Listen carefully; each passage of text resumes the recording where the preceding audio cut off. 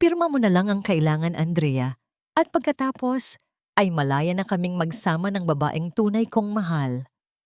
Ang mga salitang iyon ay parang isang malamig na buhos ng tubig sa gitna ng hapunan naming mag-asawa. Habang hawak ko ang regalong relo para sa aming anibersaryo, nakita ko ang aking asawa at ang kanyang ina na nagdiriwang sa aking likuran. Hawak ang mga dokumentong kikitil sa aking kinabukasan. Akala ko ay pag-ibig ang nagbuklod sa amin, ngunit ang lahat pala ay isang planadong panloloko upang makuha ang huling sentimo ng aking mana. Pero nagkakamali sila. Hindi nila kilala ang babaeng binaliwala nila. Sino nga ba ang huling tatawa kapag ang biktima ay naging taga-usig? Pirma mo na lang ang kailangan, Andrea. At pagkatapos ay malaya na kaming magsama ng babaeng tunay kong mahal. Ang boses na yon, ang boses ni Ben na dati ay tanging musika sa aking pandinig, ay parang isang matalim na balisong na humiwa sa katahimikan ng aming tahanan. Nakatayo ako sa labas ng pinto ng aming silid, bitbit ang isang supot ng mga paborito niyang pagkain at ang isang mamahaling relo na binili ko bilang sorpresa para sa aming ikapitong anibersaryo. Ang saya na kanina ay nag-uumapaw sa aking dibdib ay biglang napalitan ng isang nakabibinging pananahimik. Ang bawat salitang binitiwan niya ay tila lason na dahan-dahang kumakalat sa aking sistema. Sa loob ng silid, narinig ko ang mahinang tawa ni Nanay Sol, ang aking biyenan. Sabi ko na sa'yo, anak, huwag kang masyadong magpakita ng awa sa babaeng yan. Masyado siyang kampante dahil akala niya ay mahal mo talaga siya. Gamitin mo ang pirma niya para makuha ang lupang iniwan ng tatay niya at pagkatapos ay itapon mo na siya na parang basahan. Naramdaman ko ang panginginig ng aking mga kamay. Ang supot na hawak ko ay unti-unting nalamukot. Lumilikha ng isang mahinang tunog na tila ba sumasabay sa pagkadurog ng aking puso. Nanigas ang aking mga paa sa malamig na semento ng hallway. Ang bango ng niluto kong ulam na kanina ay nagpapasigla sa akin ay biglang naging amoy ng pagkabulok. Hindi ako makahinga. Ang hangin sa paligid ay tila naging libo-libong karayom na tumutusok sa aking balat. Huwag kang mag-alala, Nay. Sagot muli ni Ben na may tono ng panunuya na hindi ko kailanman narinig sa kanya sa loob ng 7 taon. Konting tiis na lang. Pagod na rin akong magpanggap na masaya sa piling ng isang boring na accountant na katulad niya. Kung hindi lang dahil sa pera ng matandang Efren, matagal ko na siyang iniwan para kay Celine.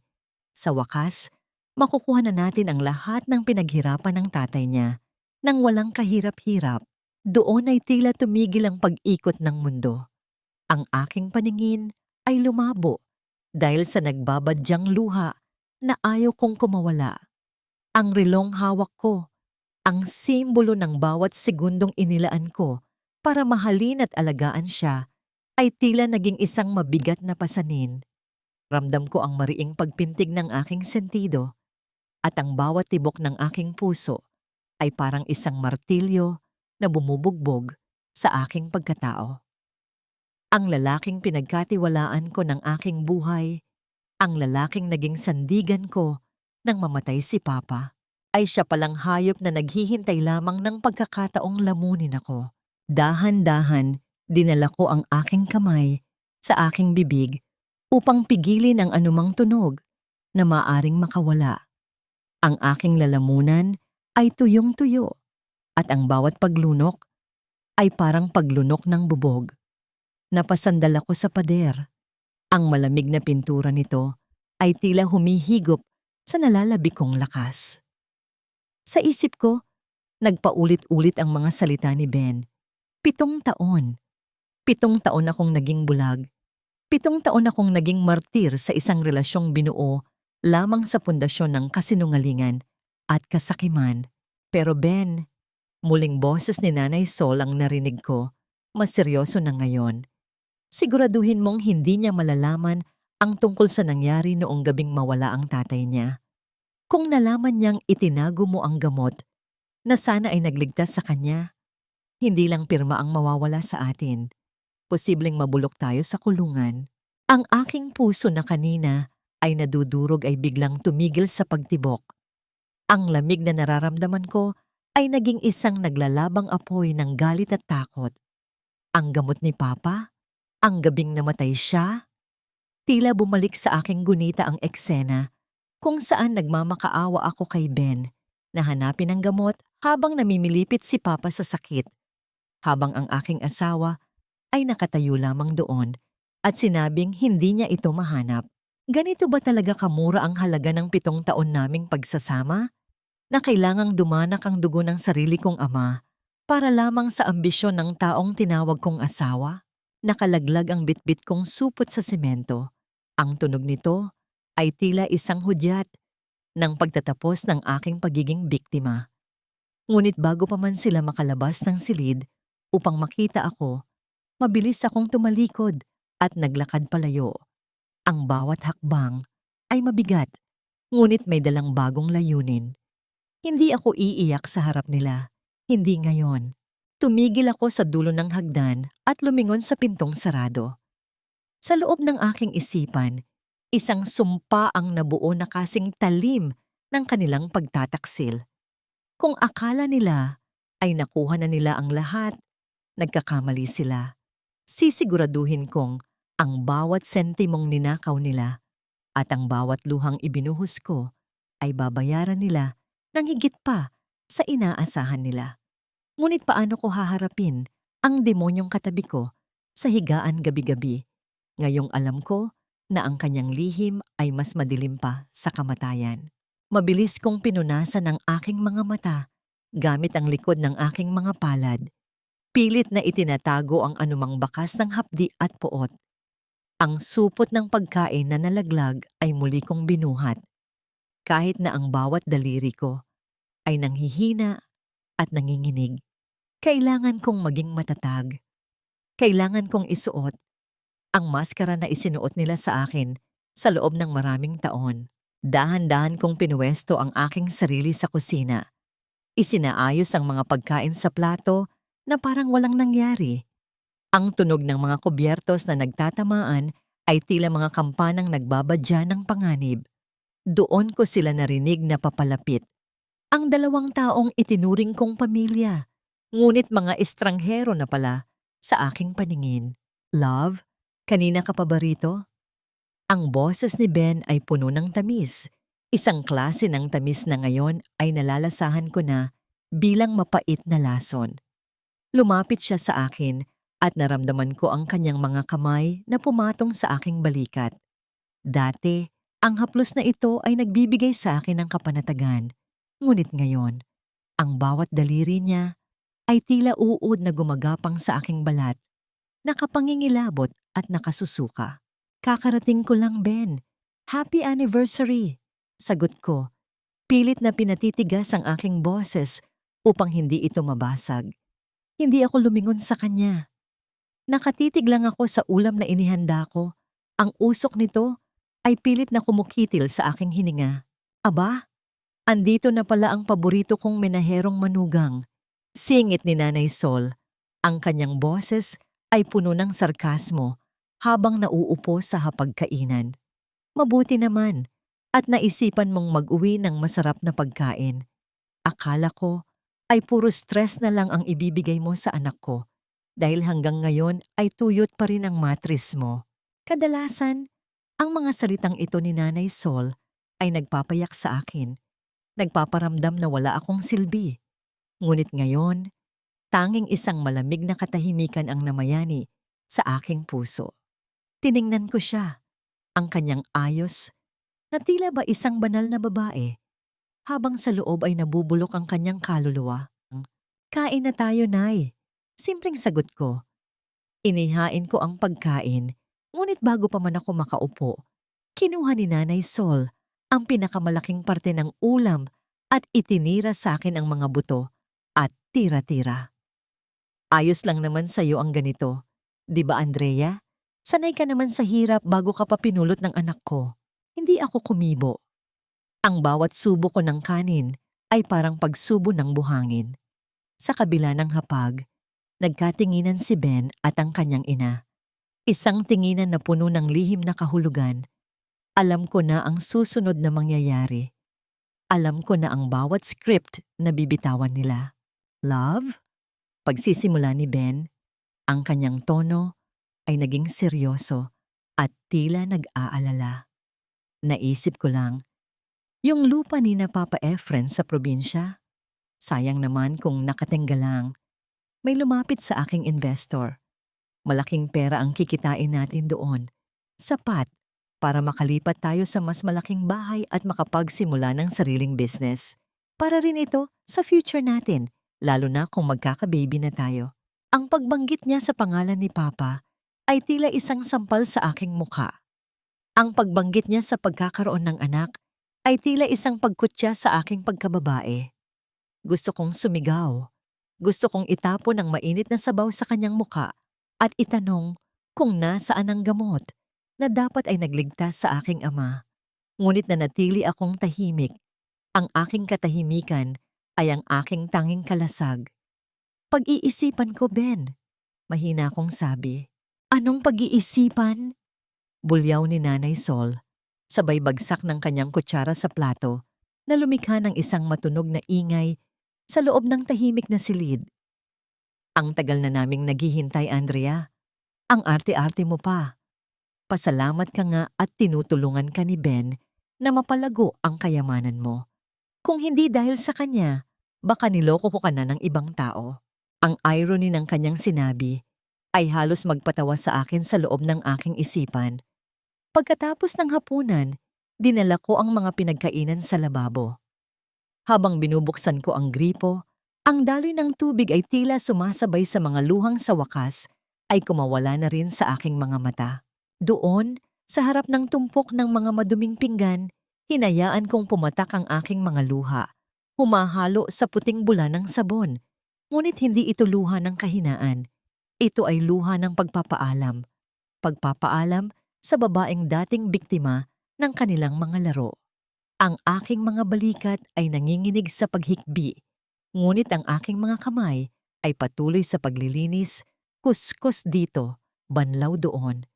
Bawat pinggan na nalilinis ko ay tila ba isang bahagi ng aking buhay na unti-unti kong binabawi mula sa kanila. Itinayo ko ng matuwid ang aking likod, kahit na ang bigat sa aking dibdib ay tila isang toneladang bato. Naramdaman ko ang presensya ni Ben sa aking likuran. Niyakap niya ako mula sa likod. Inilalagay ang kanyang baba sa aking balikat. Ang amoy ng kanyang pabango, na dati ay paborito ko, ay tila amoy ng kamatayan ngayon. Huwag ka nang umiyak, love. Alam mo naman si nanay. Medyo mainitin lang ang ulo, pero para sa atin din naman ang iniisip niya. Bulong niya, ang kanyang mainit na hininga ay humahaplos sa aking leeg na nagpapataas ng aking mga balahibo sa takot at pandidiri. Gusto ko lang namang maging maayos ang buhay natin. Mahal na mahal kita. Alam mo yan. Pinilit kong ngumiti sa harap ng salamin sa kusina. Isang nangiting hindi umabot sa aking mga mata. Alam ko, Ben. Alam ko. Pumasok kami sa silid at ang kadiliman ng gabi ay tila mas lalong nagpabigat sa kapaligiran. Akala ko ay matatapos na ang gabing ito sa isang mapagpanggap na pagtulog. Ngunit nang maupo ako sa gilid ng kama, binuksan ni Ben ang lampara sa tabi. Ang madilaw na liwanag nito ay tumama sa isang tumpok ng mga papel na inilabas niya mula sa kanyang drawer. Ang tunog ng papel na inilalatag niya sa ibabaw ng lamesa ay tila tunog ng isang hatol. Inilapag niya ang isang ballpen sa ibabaw nito at tumingin sa akin nang may kasabikan na hindi niya maitago.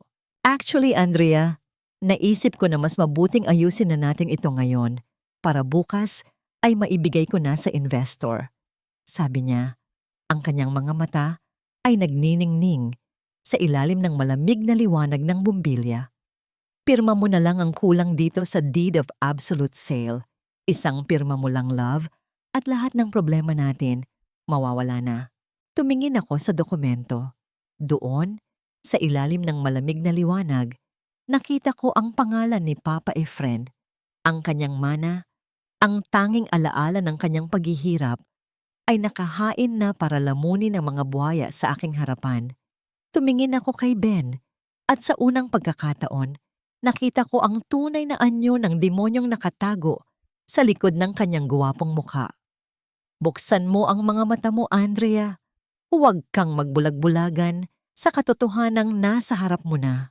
Ang mga salitang iyon ay hindi nanggaling kay Ben, kundi mula sa isang maliit at nanghihinang boses sa loob ng aking isipan. Nakatitig ako sa dulo ng ballpen na tila isang patalim na nakatutok sa aking lalamunan. Ang bawat letra ng aking pangalan sa dokumentong yon ay tila mga anino ng aking ama. Nagmamakaawa na, huwag kong ituloy ang pagkakamaling ito. Love, bakit natutulala ka? Isang pirma lang naman ito. Muling pangungulit ni Ben. Ang kanyang boses ay tila isang malambing na kanta, ngunit sa aking pandinig ay parang kalansing ng kadena. Ang kanyang kamay ay dahan-dahang pumatong sa aking likod. Hinihimas ito sa paraang tila nagpapakalma, ngunit ang bawat haplos niya ay nagpapatayo ng aking mga balahibo sa pandidiri. Ben, parang sumasakit bigla ang ulo ko. Ang bigat ng pakiramdam ko, baka dahil sa pagod sa biyahe. Pagdadahilan ko, pilit na inilalayo ang aking kamay mula sa dokumento. Ang aking puso ay mabilis ang pagtibok, tila isang ibong nagpupumiglas sa loob ng hawla. Bukas na lang natin pirmahan ito kapag mas maayos na ang pakiramdam ko. Hindi naman siguro aalis ang investor na yon, di ba? Nakita ko ang panandaliang pagdilim ng kanyang mukha. Isang kidlat ng inis na agad din niyang itinago sa likod ng isang pilit ng ngiti. Siyempre, love, ang mahalaga ay ang kalusugan mo. Magpahinga ka na. Ako na ang magliligpit nito. Nang mamatay ang ilaw at tumalikod si Ben upang matulog, nanatili akong dilat sa dilim. Ang bawat paghinga niya sa aking tabi ay tila isang paalala ng panganib na aking kinakaharap. Nang masiguro kong malalim na ang kanyang tulog, dahan-dahan akong bumangon. Ang tunog ng sahig na kahoy na bahagyang lumulutong sa ilalim ng aking mga paa ay tila isang malakas na sigaw sa gitna ng katahimikan ng gabi. Naglakad ako patungo sa isang lumang cabinet sa dulo ng hallway kung saan nakatago ang mga gamit ni Papa na hindi ko pa kayang itapon. Ang bawat hakbang ko ay puno ng kaba. Ang aking mga mata ay pilit na nanunuri sa bawat anino sa paligid. Ang amoy ng lumang papel at gamot ay sumalubong sa akin nang buksan ko ang pintuan ng cabinet. Tila bumalik ako sa gabing iyon, ang gabing huling beses kong narinig ang boses ni Papa. Ang kanyang mga mata na puno ng paghihirap, ang kanyang kamay na mahigpit na nakakapit sa aking braso habang humihingi ng tulong. Ang gamot ko, Andrea, ang gamot ko, naalala ko kung paano nagmadali si Ben na hanapin ang gamot sa bawat sulok ng bahay. Naalala ko ang kanyang boses na tila desperado habang sinasabi niyang wala ito sa lagayan, na baka naubos na o naiwan kung saan. Naalala ko ang aking sariling paghagulgol habang wala akong magawa kundi panoorin ang pag-alis ng huling hininga ng aking ama. Ngunit habang kinakalkal ko ang ilalim ng cabinet, isang maliit at pamilyar na bote ang tumama sa aking mga daliri. Ang lamig ng plastik na bote ay tila yelo na dumaloy sa aking mga ugat. Inilabas ko ito at dinala sa ilalim ng maliit na sinag ng buwan na dumadaan sa bintana. Ito ang gamot ni Papa. Ang bote na sinabi ni Ben na hindi niya mahanap. Ang bote na dapat ay nagligtas sa buhay ng aking ama. Nakatago ito sa loob ng isang lumang medyas, nakabaon sa pinakailalim ng mga gamit na alam ni Ben na hinding-hindi ko gagalawin dahil sa sobrang sakit ng alaala. Naramdaman ko ang panghihina ng aking mga tuhod hanggang sa napaupo ako sa sahig. Ang bote sa aking kamay ay tila naging isang napakabigat na ebidensya ng isang krimen. Hindi ito nawala. Hindi ito naiwan. Itinago ito. Ang galit na kanina ay parang maliit na baga ay biglang naging isang dambuhalang sunog sa loob ng aking dibdib. Ang bawat luhang pumatak mula sa aking mga mata ay hindi na dahil sa lungkot, kundi dahil sa isang katotohanang mas masakit pa sa kamatayan. Ang lalaking pinakasalan ko ay hindi lamang isang manloloko, siya ay isang mamamatay tao. Andrea, isang mahinang tinig ang narinig ko mula sa labas ng bintana sa kusina. Sa gulat ko ay halos mabitawan ko ang bote. Mabilis ko itong isinilid sa aking bulsa at dahan-dahang lumapit sa bintana. Sa labas, sa gitna ng madilim na garden, nakita ko si Aling Rosa, ang aming kapitbahay na dati ay tagalaban ni Papa. Ang kanyang muka ay puno ng pag-aalala. Ang kanyang mga mata ay tila may gustong sabihin na hindi mabigkas. Dahan-dahan kong binuksan ng bintana, ang tunog ng pagkiskis ng bakal ay tila isang bulong sa hangin. Aling Rosa, anong ginagawa niyo rito sa ganitong oras? Lumapit siya sa akin. Ang kanyang mga kamay ay mahigpit na nakahawak sa rehas ng bintana. Ang kanyang boses ay halos hindi marinig. Tila ba natatakot na may makikinig sa amin sa loob ng bahay. Makinig ka sa akin, Andrea. Bulong niya habang ang kanyang mga mata ay pabalik-balik sa direksyon ng aming silid. Huwag kang masyadong magtitiwala sa mga taong nakapaligid sa iyo ngayon. Nakita ko sila, Andrea. Noong gabing mawala ang tatay mo, nakita ko si Ben na may itinapon sa cabinet bago pa dumating ang ambulansya. Akala ko ay naglilinis lang siya, pero ang tingin sa kanyang mga mata, hindi yun tingin ng isang taong nagdadalamhati. Naramdaman ko ang paglamig ng aking buong katawan. Ang bawat salita ni Aling Rosa ay tila mga huling piraso ng isang puzzle na ngayon ay nabuo na sa aking harapan. Ang katotohanan ay tila isang malaking pader na gumuho sa aking ibabaw. Mag-ingat ka, Andrea, muling bulong ni Aling Rosa bago siya dahan-dahang umatras sa dilim. Hindi lahat ng nakangiti sa iyo ay kaibigan. Ang mga demonyo ay madalas na nagtatago sa mukha ng mga taong pinakamalapit sa atin. Naiwan akong nakatayo sa harap ng bukas na bintana. Ang malamig na hangin ng gabi ay humahampas sa aking mukha. Sa aking bulsa, ramdam ko ang tigas ng bote ng gamot ni Papa. Tumingin ako sa kadiliman ng bahay na dati kong tinuring na tahanan. Ngunit ngayon ay tila naging isang malaking kabaong para sa aking mga pangarap. Paano ko magagawang matulog muli sa tabi ng taong pumatay sa aking ama? Habang hinihintay niya ang tamang pagkakataon upang ubusin ang lahat ng natitira sa akin. Huwag kang mag-alala, Celine. Malinis ang lahat. Wala nang bakas ng gamot, wala nang bakas ng matanda, at malapit na ring mawala ang bakas ng asawa ko sa buhay natin. Ang boses ni Ben na nanggagaling sa speaker ng aking laptop ay tila isang malamig na hangin na nagmula sa kailaliman ng lupa. Narito ako, nakaupo sa loob ng isang maliit at madilim na kwarto sa isang mumurahing hotel malayo sa bahay na itinuring kong paraiso, ngunit naging impyerno pala. Ang liwanag mula sa screen ay tumatama sa aking mukha. Inilalantad ang mga luhang hindi ko na mapigilan. Habang pinapanood ko sa monitor ang aking asawa, nakasama ang ibang babae sa loob mismo ng aming silid. Kaninang umaga, bago ako umalis, isinuot ko ang pinakamagandang maskara ng pagiging isang masunuring asawa. Naghanda ako ng almusal, hinalikan ko siya sa pisngi at sinabing kailangan kong pumunta sa kabilang probinsya para sa isang biglaang audit ng kumpanya. Nakita ko ang kislap ng galak sa kanyang mga mata, ang galak ng isang lobo na alam na wala na ang bantay sa kanyang teritoryo. Ingat ka, love.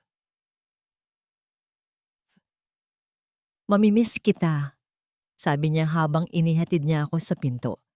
Ang kanyang mga kamay ay marahang humahaplos sa aking braso na tila ba ayaw niya akong umalis. Kung hindi ko narinig ang pag-uusap nila kagabi, baka naniwala pa ako sa kanyang pag-arte. Baka naramdaman ko pa ang init ng kanyang pagmamahal sa gitna ng malamig na umaga. Ngunit sa likod ng aking mga ngiti ay ang isang planong binuo ko sa gitna ng kadiliman ng gabi. Bago ako lumabas ng bahay, Palihim kong itinanim ang mga maliliit na camera at recording device sa mga sulok na alam kong hindi nila mapapansin. Bilang isang accountant, sanay ako sa paghahanap ng mga nawawalang numero at nakatagong butas sa mga dokumento. Ngayon, gagamitin ko ang talinong yon upang mahanap ang katotohanang pilit nilang ibinabaon. Sa monitor, nakita ko ang pagpasok ni Nanay Sol sa silid. Ang kanyang mukha ay puno ng pagmamalaki habang tinitingnan ang babaeng kasama ni Ben. Si Celine, ang babaeng matagal na palang sumisira sa aking tahanan habang ako ay nagpapakapagod sa trabaho para matustusan ang luho ng aking asawa at biyenan. Ang ganda mo talaga, Celine. Bagay na bagay sa iyo ang kwintas na yan, sabi ni Nanay Sol habang hinahawakan ang leeg ng babae. Napahawak ako sa aking dibdib. Iyon ang kwintas na ibinigay sa akin ni Papa noong graduation ko. Ang huling alaala niya na sinabi ni Ben na nawala raw ng manakawan kami noong nakaraang taon. Salamat po, Nay. Pero paano kung biglang bumalik si Andrea? Tanong ni Celine. Ang kanyang boses ay puno ng pabebe na kulo na nagpapakulo sa aking dugo. Huwag mong intindihin ang babaeng iyon. Sagot ni Nanay Sol. Ang kanyang tono ay puno ng pandidiri. Masyadong tanga si Andrea. Akala niya ay mahal talaga siya ni Ben. Hindi niya alam na tinitiis lang siya ng anak ko para sa mana niya. Kapag nakuha na natin ang pirma niya sa lupa, itatapon na natin siya sa kalsada kung saan siya nararapat. Naramdaman ko ang pananakit ng aking panga dahil sa tindi ng pagkakakagat ko sa aking labi. Ang bawat salita nila ay tila mga latigo na humahampas sa aking pagkatao. Ang aking silid, ang lugar kung saan ako nangarap ng pamilya, ay naging isang entablado ng kanilang kataksilan. Ang bawat sulok nito ay tila nabahiran na ng dumi na kailanman ay hindi na malilinis ng anumang sabon. Pero Ben, muling pagsasalita ni Celine habang sumasandal sa balikat ng aking asawa. Sigurado ka bang walang makakahanap sa bote ng gamot? Nakakatakot naman kung may makakita noon. Tumawa ng mahina si Ben, isang tawang tila nanggagaling sa isang taong walang konsensya. Kinuha niya ang kamay ni Celine at hinalikan ito ng buong tamis. Huwag kang matakot, Celine. Malinis ang lahat. Wala nang bakas ng gamot. Wala nang bakas ng matanda. Itinapon ko na ang lahat ng ebidensya noong mismong gabing iyon. At bukas, kapag napilit ko na siyang pumirma, tayo na ang maghahari sa lahat ng iniwan ng tatay niya. Ang aking buong katawan ay nanginginig sa matinding puot. Ang bote ng gamot na hawak ko ngayon sa aking bulsa ay ang ebidensyang akala niya ay wala na. Ang ebidensyang magiging mitya ng kanyang pagbagsak. Tumayo ako mula sa aking upuan. Ang aking mga mata ay nakapokus sa screen kung saan masayang nagdiriwang ang tatlong demonyo sa aking buhay. Ang bawat patak ng aking luha ay naging kristal ng paninindigan. Hindi na ako ang Andrea na iiyak na lamang sa isang sulok. Hindi na ako ang Andrea na magpapaapi sa ilalim ng kanilang mga paa. Dahan-dahan kong isinara ang aking laptop. Ang katahimikan sa loob ng hotel room ay tila isang malakas na sigaw ng digmaan. Tumingin ako sa salamin at nakita ko ang isang babaeng hindi ko na nakikilala. Isang babaeng may apoy sa kanyang mga mata. Isang babaeng handang lumaban hanggang sa huling patak ng kanyang dugo. Kinuha ko ang aking cellphone at tiningnan ang contact list ko. Huminto ang aking daliri sa pangalan ng isang tao na matagal ko nang hindi nakakausap. Ang taong makakatulong sa akin upang maisagawa ang aking plano. Ngunit bago ko pindutin ang call button, isang mensahe ang pumasok sa aking screen mula sa isang hindi kilalang numero. Alam ko ang ginagawa mo, Andrea. Hindi ka nag-iisa. Magkita tayo sa simbahan bukas ng hapon. Sino ang taong ito? Kakampi ba siya? O isa pang kaaway na nagtatago sa dilim? At paano niya nalaman ang aking bawat galaw habang ang lahat ay akala ko ay lihim? Para kang baog na lupang walang silbi, Andrea. Pera na nga lang ang silbi mo sa amin. Ipinagdadamot mo pa. Ang boses ni Nanay Sol ay tila isang matalas na karit na humihiwa sa aking pandinig habang nakayuko ako sa sahig, pinupunasan ng mantsa ng alak na naiwan sa carpet ng aming sala. Ang bawat kuskos ko sa tela ay tila isang paglilinis din sa dumi na iniwan ni Celine at Ben sa aming tahanan. Pag-uwi ko kanina mula sa hotel, sinalubong ako ng amoy ng pabango ng ibang babae at ang nagkalat na mga baso ng alak sa lamesa. Mga bakas ng kanilang masayang pagdiriwang habang iniisip nilang wala ako. Nay, pagod lang po ako sa biyahe. Pag-usapan natin yan kapag nakapagpahinga na ako. Mahina akong sagot, pilit na pinapanatili ang aking pagiging kalmado. Ang aking mga kamay ay namumuti na sa tindi ng pagkakahawak sa basahan, ngunit nanatili akong nakayuko. Ito ang turo sa akin ni Papa, maging mapagpakumbaba, maging matatag. Pero hindi niya sinabing maging martir sa harap ng mga taong gustong pumatay sa akin. Pagod o nagdadahilan ka lang na para hindi mapirmahan ang mga papeles? Singit ni Ben na kakalabas lang mula sa kusina, may hawak na baso ng tubig. Ang kanyang boses ay wala na ang tamis na narinig ko kagabi. Ngayon, ang kanyang mga mata ay puno ng inip at puot. 7 taon, Andrea.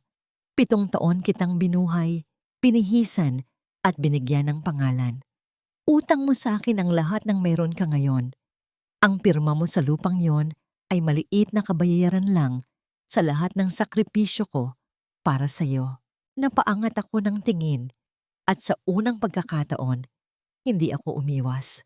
Sakripisyo, Ben? O puhunan para sa plano niyo ni Nanay? Sandaling natigilan ang mag-ina. Ang katahimikan sa loob ng sala ay tila isang mitya ng dinamitang malapit nang sumabog. Ang hanging umiikot sa paligid namin ay tila naging mabigat at mahirap hingahan. Anong sinabi mo? Ang boses ni Nanay Sol ay naging isang matinis na tili. Lumapit siya sa akin. Ang kanyang mga yabag sa sahig ay tila mga dagundong ng paparating na bagyo. Ang kapal ng mukha mong magsalita ng ganyan. Matapos ka naming kupkupin ng mamatay ang wala mong kwentang ama, ganyan ang isasagot mo sa amin? Huwag niyo pong idadamay si Papa. Ang aking boses ay gumaralgal, ngunit hindi dahil sa takot, kundi dahil sa nag-aalab na galit na pilit kong ikinukulong sa aking dibdib. Wala siyang kinalaman dito. May kinalaman siya dahil iniwan kanyang pulubi. Patuloy na sigaw ni Nanay Sol, ang kanyang mukha ay namumula na at ang mga ugat sa kanyang leeg ay tila mga kable na malapit nang maputol. Kung hindi dahil sa anak ko, baka kung saang kalsada ka na pinulot. At ang lupa na yon, hindi mo yon deserve. Karapatan yon ng anak ko dahil siya ang nag-alaga sa'yo habang baog ka at hindi man lang makapagbigay ng apo sa pamilyang ito. Ang bawat salita niya ay tila mga patak ng asido sa aking puso. Ang hapdi ay hindi ko na maipaliwanag. Tumingin ako kay Ben. Umaasa na kahit kaunti ay ipagtatanggol niya ako o kahit man lang pigilan ang kanyang ina. Ngunit nakatayo lang siya doon. Malamig ang mga mata. Tila ba sumasang-ayon sa bawat panlalait na tinatanggap ko. Pirmahan mo na ang dokumento, Andrea. Huwag mo nang hintaying mawalan ako ng pasensya. Ang boses ni Ben ay tila isang huling babala. Dahan-dahan akong tumayo mula sa pagkakayuko. Inilapag ko ang basahan sa timba at tiningnan sila ng diretso sa mga mata. Ang aking puso ay tumitibok ng mabilis, tila isang tambol na naghahanda para sa isang malaking labanan. Sa aking bulsa, ramdam ko ang tigas ng bote ng gamot ni Papa, ang aking tanging lakas sa mga oras na ito. Hindi ko pipirmahan ang anumang papel hanggat hindi ko nakukuha ang hustisya para sa tatay ko. Ang aking boses ay malakas at malinaw. Tila isang deklarasyon ng digmaan na umalingaw-ngaw sa bawat sulok ng bahay. Nagdilim ang paningin ni Nanay Sol. Hustisya, anak ng talagang sinusubukan mo ang pasensya ko. Mabilis ang kanyang naging galaw. Itinaas niya ang kanyang kanang kamay. Ang kanyang mga daliri ay nakabukhad. Handang itama ang isang malakas na sampal sa aking pisngi. Ang tunog ng pagpunit ng hangin dahil sa bilis ng kanyang kamay ay tila isang babala ng paparating na sakit. Ipinikit ko ang aking mga mata sa isang iglap. Ngunit bago pa man dumapo ang kanyang palad sa aking balat, naramdaman ko ang isang kakaibang lakas na dumaloy sa aking braso. Nang imulat ko ang aking mga mata, nakita ko ang gulat at takot sa mukha ni Nanay Sol. Ang kanyang kamay ay nakalutang sa hangin, ilang pulgada na lang mula sa aking mukha. Ngunit hindi ito makagalaw.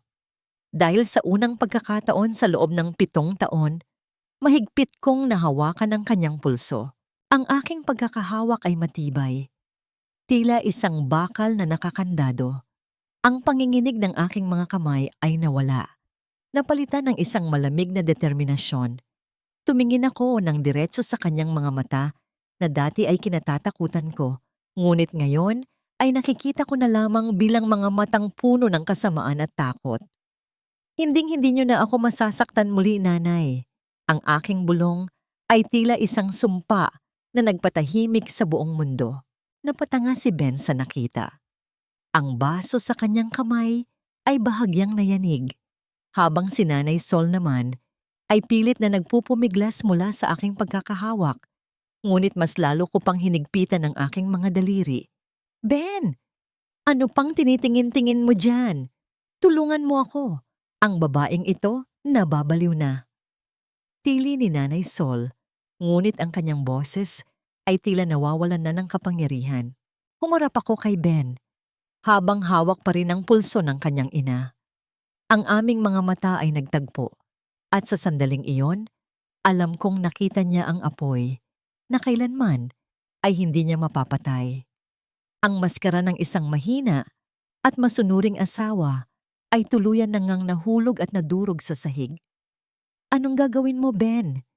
Hamon ko sa kanya. Ang aking boses ay puno ng kapangyarihang hindi ko alam na mayroon ako. Sasaktan mo rin ba ako gaya ng ginawa mo kay Papa? Namutla si Ben. Ang katahimikan na sumunod ay tila isang bangin na naghihiwalay sa amin. Sa gitna ng tensyong ito, narinig namin ang isang malakas na katok sa aming pintuan. Isang katok na hindi humihinto. Tila ba may dalang mahalagang balita o isang bagong panganib na hindi namin inaasahan. Sino ang nasa labas sa ganitong oras at ano ang kinalaman nito sa lihim na pilit itinatago ni Ben? Ang bawat bayo sa aming pintuan ay tila isang babala na nagpabitiw sa akin sa mahigpit na pagkakahawak sa pulso ni Nanay Sol. Ang kanyang kamay ay nanginginig habang dahan-dahang ibinababa ito. Ang kanyang muka ay puno ng hindi maipaliwanag na halo ng galit at gulat. Hindi niya akalain na ang isang baog at mahinang Andrea ay magkakaroon ng lakas na tapatan ang kanyang kalupitan. Sino ba yan? Istorbo? Singal ni Ben. Ang kanyang boses ay puno ng iritasyon habang mabilis na naglalakad patungo sa pinto. Binuksan niya ito ng may puwersa at ang tunog ng pagtama ng pinto sa pader ay umalingaw-ngaw sa buong kabahayan. Si Aling Rosa ang nakatayo doon. Ang kanyang buhok ay bahagyang gulo-gulo at ang kanyang mga mata ay pabalik-balik sa aming tatlo sa loob ng sala. Ramdam ko ang tensyong bumabalot sa hangin. Isang uri ng bigat na tila babawat hininga namin ay kailangang dumaan sa isang masikip na lalamunan. Ben, pasensya na. Narinig ko kasi ang sigawan dito sa labas. Akala ko kung ano nang nangyari. Mahinang sabi ni Aling Rosa. Ang kanyang boses ay puno ng pag-aalala na alam kong para sa akin. Andrea, iha. Nakalimutan mo palang kunin ang mga nilabhan kong kumot ng tatay mo. Baka gusto mong sumama sa akin saglit para makuha mo? Tumingin ako kay Ben. Ang kanyang mga mata ay tila nanunuri, naghahanap ng anumang senyales ng pagtataksil. Pagkatapos ay tumingin siya kay Nanay Sol na hanggang ngayon ay hinahaplos pa rin ang kanyang pulso na tila ba nandoon pa rin ang marka ng aking mga daliri. Sige na. Kunin mo na, para hindi na tayo maabala ng matandang ito. Matabang na sabi ni Ben. Isinara niya ang pinto sa harap mismo ni Aling Rosa nang hindi man lang nagpapasalamat. Mabilis akong lumabas at sumunod kay Aling Rosa. Ang malamig na hangin sa labas ay tila isang gamot na humihilom sa aking nag-aapoy na pakiramdam. Naglakad kami patungo sa kanyang maliit na dampa sa dulo ng kalsada. Ang bawat hakbang namin sa tuyong damo ay lumilikha ng isang malutong na tunog na sumasabay sa pintig ng aking kaba. Nang makapasok kami sa loob, agad akong pinaupo ni Aling Rosa sa isang lumang silya na gawa sa kawayan. Kumuha siya ng isang basong tubig at inabot ito sa akin. Ang kanyang mga kamay, na tila mga tuyong sanga ng puno dahil sa katandaan at pagtatrabaho, ay marahang humawak sa aking balikat. Umiyak ka na, Andrea. Huwag mong hayaang mabulok ang sakit na yan sa loob mo. Bulong niya. At doon, sa gitna ng maliit at payak na bahay ni Aling Rosa, bumuhos ang lahat. Ang bawat hagulgol ko ay tila pagpunit sa isang bahagi ng aking puso. Ang bawat patak ng aking luha sa lumang lamesa ay simbolo ng 7 taon ng pagtitiis, ng pangungulila sa aking ama at ng galit sa taong pumatay sa kanya. Nanatiling tahimik si Aling Rosa, hinahayaan lang niya ang bawat hikbi ko na punan ang katahimikan ng gabi. Kalaunan, kinuha ni Aling Rosa ang kanyang lumang cellphone mula sa kanyang bulsa. Ang liwanag ng screen nito ay tumama sa kanyang mukha. Inilalantad ang bawat linya ng kanyang karanasan. May gusto akong ipakita sa iyo, iha. Noong 1 linggo, noong sinabi ni Ben na nasa probinsya siya para sa trabaho, nakita ko siya sa kabilang kalsada. May kasama siyang babae. Inabot niya sa akin ang cellphone. Isang video ang bumungad sa akin. Malabo ang kuha. Tila ba nanginginig ang kamay na humahawak nito, ngunit kitang-kita ko ang mukha ni Ben.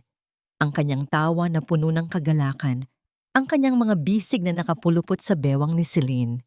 Pumasok sila sa isang mamahaling restaurant, isang lugar na kailanman ay hindi ako dinala ni Ben dahil sabi niya ay masyado raw mahal at kailangang magtipid para sa kinabukasan.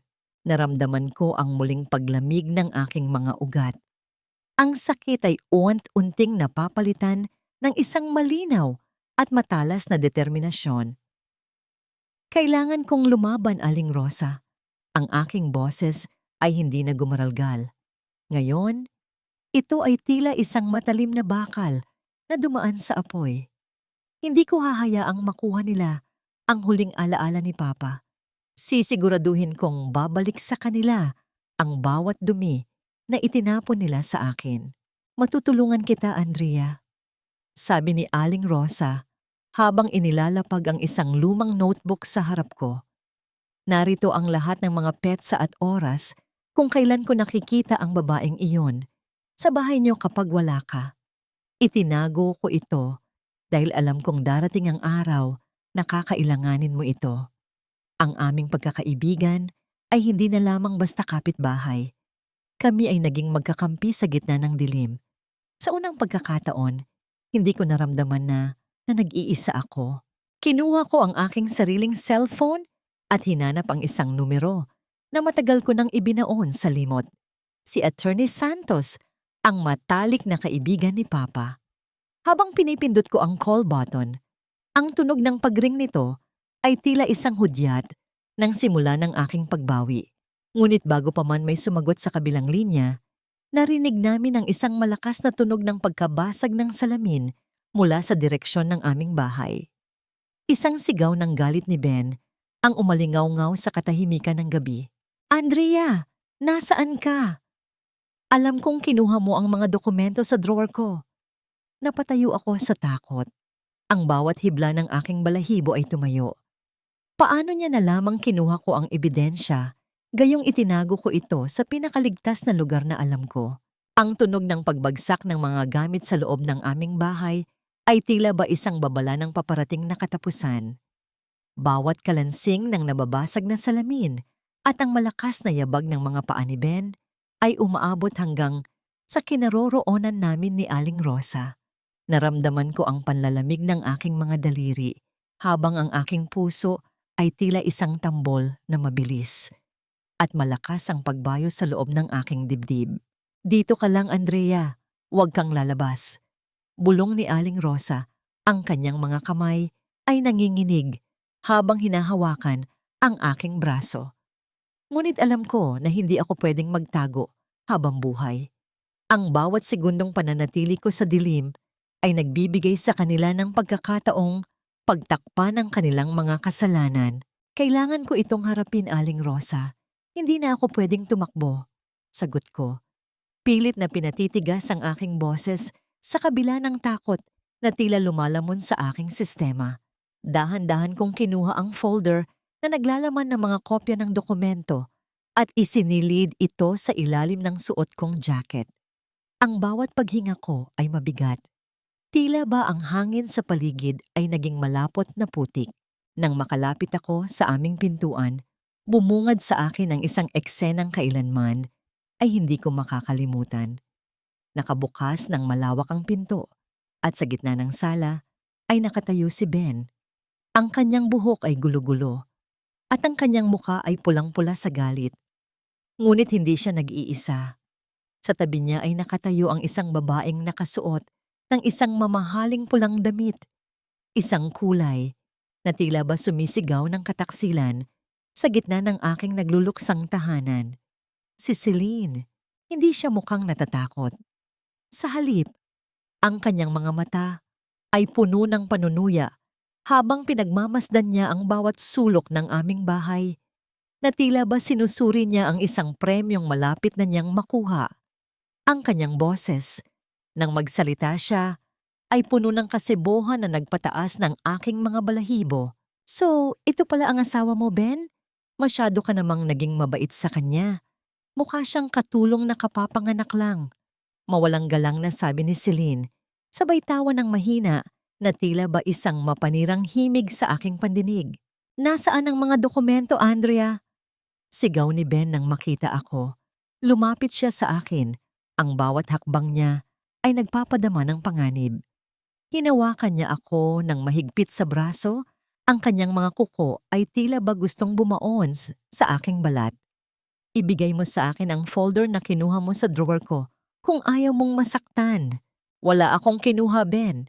Baka naman nawala mo lang dahil sa sobrang pag-iisip sa babaeng yan. Sagot ko. Pilit na itinatago ang panginginig ng aking boses. Tumingin ako ng diretso sa kanyang mga mata. Naghahanap ng kahit kaunting bakas ng lalaking minahal ko noon, ngunit tanging isang madilim na halo ng kasakiman ng aking nakita. Biglang lumapit si Nanay Sol. Ang kanyang muka ay tila ba isang maskara ng galit. Huwag kang magsinungaling, Andrea. Alam kong ikaw ang kumuha niyon. Sino pa ba ang ibang magnanakaw dito sa loob ng bahay? Itinuring ka naming pamilya, pero ganti mo ay pagtataksil. Ang irony ng kanyang sinabi ay tila isang malakas na sampal sa aking pagkatao. Sila ang nagtaksil. Sila ang nagnakaw ng buhay ng aking ama. At ngayon, ako pa ang pinalalabas na masama. Pamilya? Ang pamilya ba ay nagtatago ng gamot ng isang taong naghihingalo? Ang aking bulong ay tila ba isang malamig na hangin na nagpatahimik sa kanilang lahat. Nakita ko ang panandaliang paghinto ng mundo ni Ben. Ang kanyang pagkakahawak sa aking braso ay bahagyang lumuwag at ang kanyang mga mata ay lumaki sa takot. Ngunit bago pa man siya makapagsalita, humakbang pasulong si Celine. Lumapit siya sa akin. Ang amoy ng kanyang matapang na pabango ay tila ba gustong sumakal sa aking hininga. Masyado kang maraming alam para sa isang babaeng malapit nang mawalan ng lahat, Andrea. Sabi ni Celine, ang kanyang boses ay tila isang matalas na karayom. Inayos niya ang kanyang buhok at doon ko napansin ang isang bagay na nagpatigil sa tibok ng aking puso. Sa kanyang leeg, nakasuot ang isang gintong medalyon. Isang medalyon na may ukit ng isang maliit na anghel. Iyon ang medalyon na laging suot ni Papa. Ang medalyon na sinabi ni Ben na isinama raw sa hukay ni Papa dahil hindi nila ito mahanap noong gabing iyon. Ang bawat hibla ng aking katawan ay nayanig sa matinding puot. Ang huling piraso ng dangal ng aking ama ay ginagamit na ngayon bilang palamuti ng babaeng sumisira sa aking buhay. Naramdaman ko ang pag-akyat ng init sa aking ulo. Ang bawat ugat sa aking katawan ay tila ba handa ng sumabog. Ibigay mo sa akin iyan. Ang aking boses ay naging isang malalim na ungol ng galit. Ibigay mo sa akin ang medalyon ng tatay ko. Lalong tumawa si Celine, isang tawang tila ba nanggagaling sa kailaliman ng impyerno. Ito? Bigay ito sa akin ni Ben. Sabi niya, remembrance daw ito mula sa isang matandang wala ng silbi. Bagay na bagay sa akin, di ba? Bago ko pa mapigilan ang aking sarili, mabilis kong iniabot ang aking kamay upang bawiin ang medalyon. Ngunit sa isang iglap, itinulak ako ni Ben ng buong puwersa. Ang aking katawan ay tumama sa kanto ng aming lamesa na lumikha ng isang matinding sakit sa aking tagiliran. Napasandal ako sa sahig. Ang aking paningin ay bahagyang lumabo habang naririnig ko ang kanilang malalakas na tawa. Umalis ka na rito, Andrea. Wala ka nang babalikan sa bahay na ito. Malamig na sabi ni Ben habang iniaabot ang kamay kay Celine upang alalayan ito. Bukas, sisiguraduhin kong pipirma ka sa mga papeles kahit na kailangan ko pang gamitin ang dahas. Naiwan akong nakahandusay sa malamig na sahig habang pinapanood ko silang tatlo na pumasok sa silid na dati naming pinagsasaluhan ni Ben. Ang bawat patak ng aking luha sa sahig ay tila ba naging isang panunumpa. Dahan-dahan akong tumayo. Hawak ang aking sumasakit na tagiliran. Kinuha ko ang aking cellphone mula sa aking bulsa at tiningnan ang mensahe mula sa hindi kilalang numero. Sa ilalim ng malamig na liwanag ng buwan na dumadaan sa bintana, naramdaman ko ang isang kakaibang lakas. Hindi pa tapos ang laban. Sisiguraduhin kong ang bawat halakhak nila ngayong gabi ay magiging huling tunog ng kagalakan na maririnig nila. Ngunit bago ako makalabas ng bahay, isang anino ang humarang sa aking daan sa madilim na pasilyo. Isang aninong may hawak na isang bagay na tila ba isang matalim na bakal. Sino ang naghihintay sa akin sa dilim? At bakit tila ba kilala niya ang bawat sulok ng aking pagkatao? Saan ka pupunta, Andrea? Hindi pa tayo tapos mag-usap. Ang boses ni Nanay Sol ay tila nanggaling sa kailaliman ng isang madilim na balon. Sa gitna ng pasilyo, na tanging ang liwanag ng buwan mula sa bintana ang nagbibigay ng anino, nakatayo siya, isang anyong tila isang itim na harang sa aking kalayaan. Ang hawak niyang mahabang sandok na gawa sa bakal ay kumikinang sa dilim, isang kagamitang pangkusina na ngayon ay tila naging sandata ng pananakot. Napaatras ako. Ang hapdi sa aking tagiliran mula sa pagkakatulak ni Ben ay tila isang apoy na gumagapang sa aking balat. Ang bawat tibok ng aking puso ay naririnig ko sa aking mga tainga, isang mabilis at hindi regular na ritmo ng takot at pagkamuhi. Umalis kayo sa daan, Nay. Wala na akong sasabihin sa inyo. Ang aking boses ay bahagyang nanginig, ngunit sinikap kong panatilihin ang talim nito. Isang nakapanunuyang tawa ang kumawala sa kanyang mga labi. Akala mo ba ay ganoon na lang kadali iyon? Matapos mo kaming hiyain sa harap ng bisita ng anak ko, matapos mong maging isang pabigat sa loob ng 7 taon, bago pa ako makasagot, naramdaman ko ang paglapit ni Ben mula sa aking likuran. Ang kanyang mga yabag sa sahig na kahoy ay tila mga dagundong ng paparating na hatol.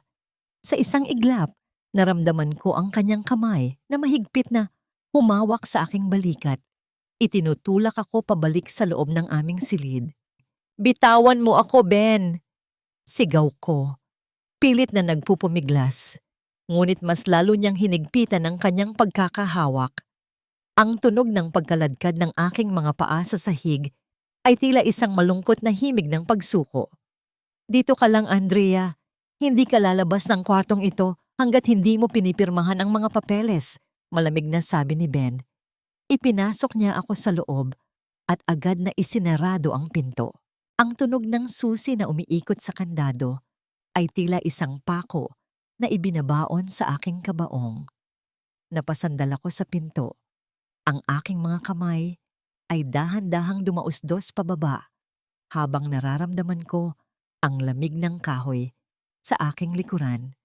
Naririnig ko ang kanilang mga boses mula sa labas, ang mahinang tawa ni Celine, ang mga utos ni Nanay Sol, at ang determinadong tinig ni Ben.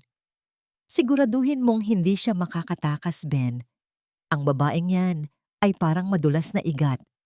Narinig kong sabi ni Nanay Sol. Naiwan akong mag-isa sa dilim.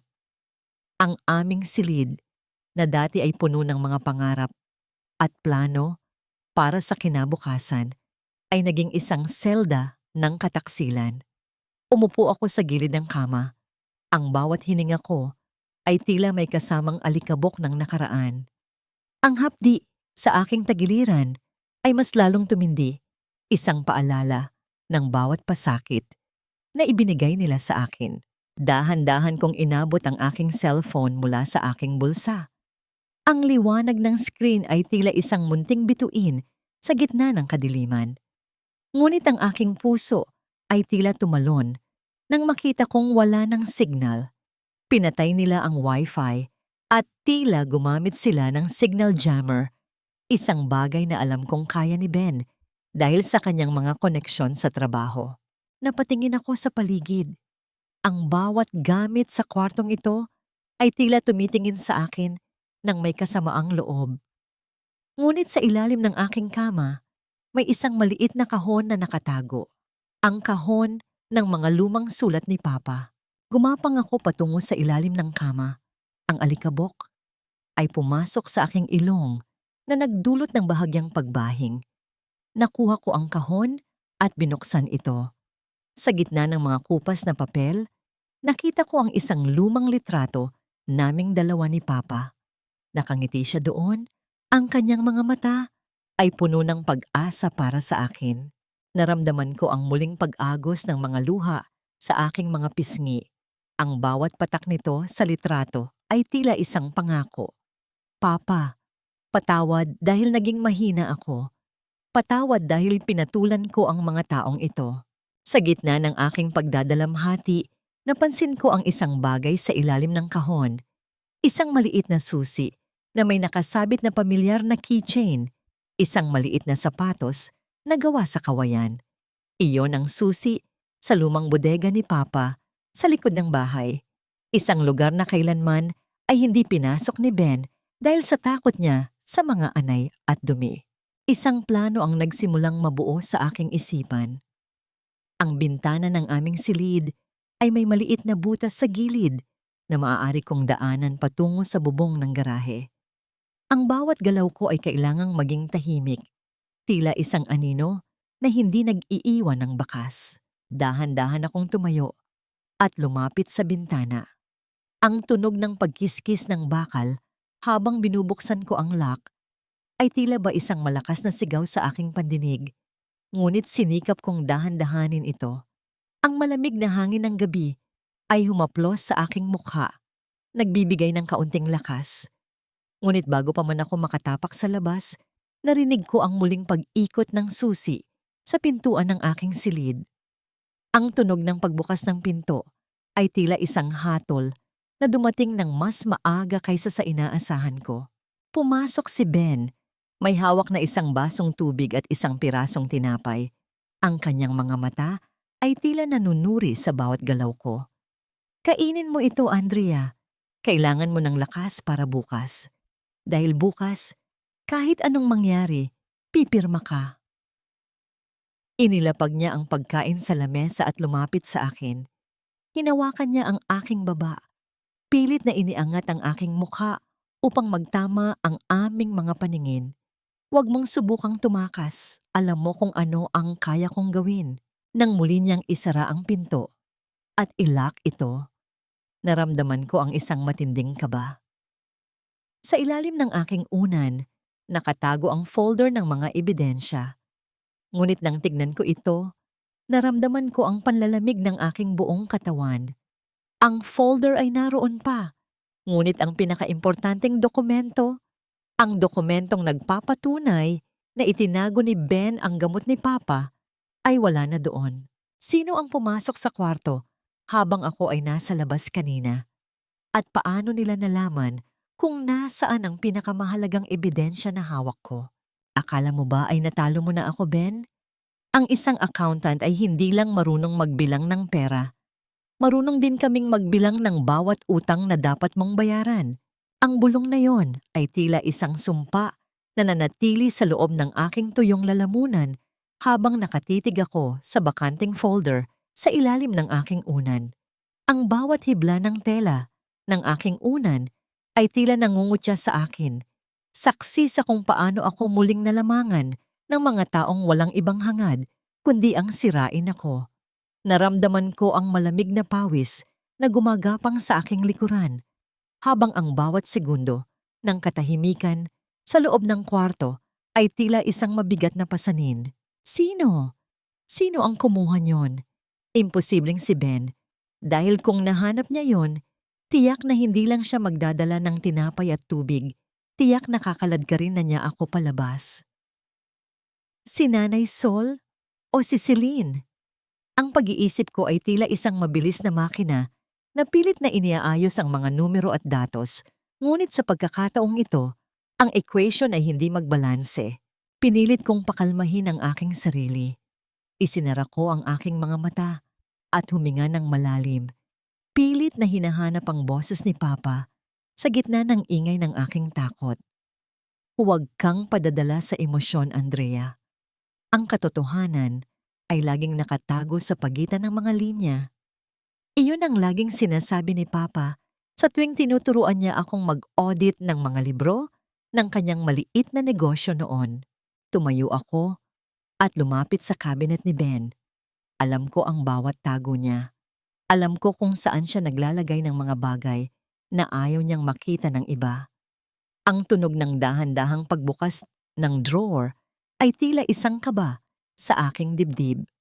Sa likod ng kanyang mga nakatuping polo, naramdaman ng aking mga daliri ang isang matigas na bahagi ng kahoy. Isang lihim na partition. Doon ko natagpuan ang isang itim na pouch. Nang buksan ko ito, hindi ang dokumento ni Papa ang nakita ko, kundi ang isang tumpok ng mga sulat mula sa bangko at mga final notice of foreclosure. Ang aking mga mata ay nanlaki habang binabasa ang bawat numero. Milyon-milyon ang utang ni Ben. Ang lahat ng luho nila ni Celine. Ang mga mamahaling relo. Ang mga dinner sa labas. Ang pulang damit na suot ni Celine kanina. Ay utang lahat. Nakasangla na ang halos lahat ng aming pag-aari. Maliban sa lupang iniwan ni Papa na pilit nilang kinukuha. Kaya pala ganito sila kadesperado. Hindi ito tungkol sa pag-unlad. Ito ay tungkol sa pananatiling nakalutang sa gitna ng dagat ng pagkakautang na sila rin ang gumawa. Narinig ko ang tawanan sa labas ng pinto. Ang kalansing ng mga baso at ang tunog ng pagbubukas ng bote ng alak ay tila ba isang selebrasyon ng aking paghihirap. Isang araw na lang, Nay. Narinig kong sabi ni Ben. Ang boses niya ay medyo paus na dahil sa alak. Kapag napirmahan na ni Andrea ang deed of sale bukas, bayad na ang lahat ng utang ko at may matitira pa para sa atin.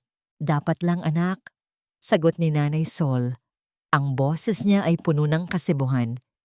Masyado nang matagal na nakikinabang ang babaeng iyan sa atin. Panahon na para bayaran niya ang lahat ng pagkupkop natin sa kanya. Napahawak ako sa aking dibdib. Ang kawalang hiyaan nila ay tila walang hangganan. Kinuha ko ang aking cellphone at sinubukang muli ang signal. Wala pa rin. Ngunit sa pagkakataong ito, hindi ako nagpatalo sa takot. Ginamit ko ang aking kamera at mabilis na kinuha ang litrato ng bawat dokumento ng utang ni Ben. Kung hindi ko man mahanap ang patunay ng pagpatay niya kay Papa ngayon, sisiguraduhin kong malalaman ng lahat ang tunay na kulay ng kanilang yaman. Humarap ako sa salamin ng cabinet. Ang babaeng nakikita ko ay hindi na ang Andrea na madaling utuin. Ang aking buhok ay bahagyang gulo. Ang aking mga mata ay may madidilim na anino sa ilalim. Ngunit ang aking paningin ay matalas at matapang. Dahan-dahan akong lumapit sa aking lumang bag ng trabaho. May isang bagay doon na hindi kailanman tinitingnan ni Ben, ang aking lumang ledger book. Sa loob nito, nakatago ang isang maliit na voice recorder na ginagamit ko sa mga meeting. Inilabas ko ito at tiningnan ang huling recording. Nang pindutin ko ang play, narinig ko ang isang mahinang boses. Hindi ito boses ni Ben. Hindi rin ito boses ni Nanay Sol. Andrea, kung naririnig mo ito, kinuha ko ang dokumento para sa kaligtasan mo. Huwag kang lalabas ng kwarto hanggang hindi dumarating ang tulong. May mga taong nakabantay sa bawat galaw mo. Iyon ang boses ni Aling Rosa. Pero paano siya nakapasok dito? At sino ang mga taong tinutukoy niyang nakabantay? Biglang namatay ang lahat ng ilaw sa loob ng bahay. Ang katahimikan na sumunod ay tila isang mabigat na kumot na bumalot sa akin. At mula sa labas ng aking bintana, narinig ko ang mahinang tunog ng pagkiskis ng sapatos sa bubong ng garahe. May gustong pumasok sa loob ng aking silid. Kain na tayo, Andrea. Huwag nating sayangin ang grasya, lalo na't ito na marahil ang huling gabi mo sa bahay na ito bilang asawa ko. Ang boses ni Ben mula sa labas ng pinto ay may kasamang kakaibang lamig. Tila ba ang bawat salita niya ay binalot ng yelo bago binitiwan. Ang liwanag sa loob ng bahay ay biglang bumalik. Ang dilaw na sinag mula sa bumbilya sa kisame ay tila sumusuri sa bawat sulok ng aking takot. Ang aninong nakita ko sa bintana kanina ay mabilis na naglaho nang marinig ang yabag ni Ben. Iniwan akong muling nag-iisa sa gitna ng aking pagkalito. Dahan-dahan kong binuksan ang pinto. Nakatayo doon si Ben. Maayos na ang kanyang buhok at nakasuot na ng malinis na polo. Tila ba ang galit at kaguluhan kanina ay isang masamang panaginip lamang. Ngunit ang kanyang mga mata ay nananatiling patay. Walang emosyon, walang pagsisisi. Pagbaba ko sa hapagkainan, ang amoy ng litson kawali at sinigang na hipon ay sumalubong sa akin. Isang piging na tila ba may ipinagdiriwang kaming malaking tagumpay. Nakaupo na doon si Nanay Sol. Suot ang kanyang paboritong perlas at sa tabi niya ay si Celine na may mapanuring tingin habang nilalaro ang medalyon ni Papa sa kanyang leeg. Maupo ka, Andrea. Utos ni Nanay Sol. Ang kanyang boses ay puno ng kaplastikan. Pinaghirapan ni Ben na ihanda ang lahat ng ito. Kahit gaano ka man katigas, pamilya pa rin tayo sa harap ng pagkain. Naupo ako sa dulo ng lamesa, sa tapat ng bakanteng upuan na dati ay inuupuan ni Papa. Ang bawat kalansing ng sandok sa turin ng sinigang ay tila tunog ng isang orasan na nagbibilang ng aking natitirang oras. Walang nagsasalita. Tanging ang tunog ng paghigop ng sabaw at ang pagkiskis ng kutsara sa plato ang namamayani. Naramdaman ko ang paghapdi ng aking mga mata nang makita ko ang mantsa sa mantel. Ang mantel na binili namin ni Papa noong huling Pasko niya. Ang bawat hibla nito ay saksi sa aming masayang tawanan noon na ngayon ay dinudumihan ng presensya ng mga taong pumatay sa kanya. Masarap ba ang pagkain, Andrea? Tanong ni Celine. Ang kanyang boses ay tila isang matalim na kuko na kumakamot sa pader. Sayang naman kung hindi mo mauubos. Baka kasi bukas, hindi na ganito karangya ang kakainin mo sa kung saan ka man pupunta. Tiningnan ko siya ng diretso. Ang aking kamay sa ilalim ng lamesa ay mahigpit na nakakapit sa aking palda. Ang pagkain ay masarap kung ang naghain ay may malinis na konsensya, Celine. Pero sa lamesang ito, ang naaamoy ko lang ay ang lansa ng kataksilan. Biglang ibinagsak ni Ben ang kanyang baso sa lamesa. Ang tubig ay tumalsik sa ibabaw ng tela, tila mga luha ng galit. Tama na ang drama, Andrea. Pirmahan mo na ang deed of sale. Ngayon din, nandito ang mga papel sa tabi ng plato mo. Huwag mo nang hintayin na mawala ang huling pasensya ko. Inilapag niya ang dokumento sa ibabaw ng aking plato. Tinatakpan ng pagkain na hindi ko pa man lang natitikman. Ang ballpen ay inilagay niya sa tabi nito. Tila isang sandata na handang pumatay sa aking kinabukasan. Kung pipirmahan ko ito, Ano ang kasiguraduhan ko na hindi niyo ako sasaktan? Tanong ko. Pilit na pinatitigas ang aking boses habang nararamdaman ko ang panginginig ng aking tuhod. Wala kang pagpipilian.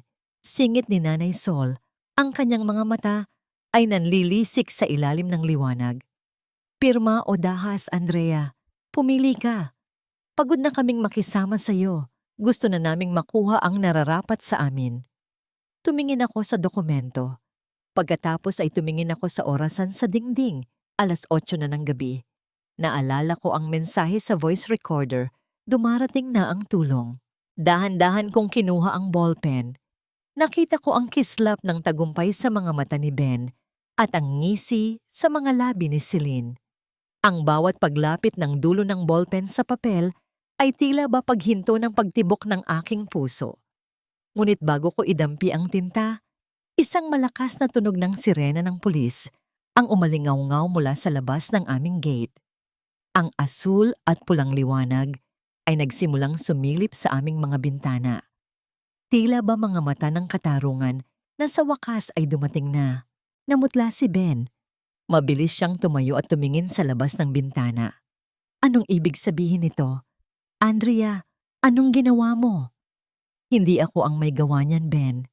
Ang aking boses ay naging malamig at puno ng determinasyon. Ang mga numero ay hindi nagsisinungaling. At ang dugo ni Papa ay humihingi na ng kabayaran. Biglang hinawakan ni Ben ang aking leeg at itinulak ako sa pader. Ang kanyang mga mata ay puno ng kabaliwan. Ibibigay mo sa akin ang pirma mo bago pa sila makapasok dito. Ngayon din. Naramdaman ko ang pagkawala ng aking hininga, ngunit sa aking kanang kamay, naramdaman ko ang tinidor na kinuha ko kanina mula sa lamesa. Sa gitna ng kaguluhan, isang malakas na pagsabog ng pagkakawasak ng aming pintuan. Sa harap ang narinig namin. Sino ang unang papasok sa pintuang iyon? Ang katarungan ba? O ang isa pang trahedya na hindi ko inaasahan? Hayop ka, Andrea. Sinira mo ang buhay ko. Wala kang utang na loob. Ang sigaw ni Ben ay tila galing sa kailaliman ng isang nag-aapoy na bunganga ng bulkan. Ang kanyang mga daliri na dati ay nag-aalay ng mga haplos ng pag-ibig ay naging mga bakal na kuko na sumasakal sa aking hininga. Ramdam ko ang pagbaon ng kanyang mga kuko sa aking balat at ang bawat segundo ng pagkawala ng hangin ay tila isang mabilis na paglapit ng anino ng kamatayan. Ang aking mga mata ay pilit na idinidilat sa gitna ng namumuong kadiliman sa aking paningin. Nakikita ang mukha ng lalaking minahal ko na ngayon ay tila isang demonyong wala ng pag-asa. Ang tunog ng pagbagsak ng kahoy ng aming pintuan ay umalingaw-ngaw sa buong kabahayan. Tila ba isang malakas na kulog na nagpayanig sa bawat sulok ng silid.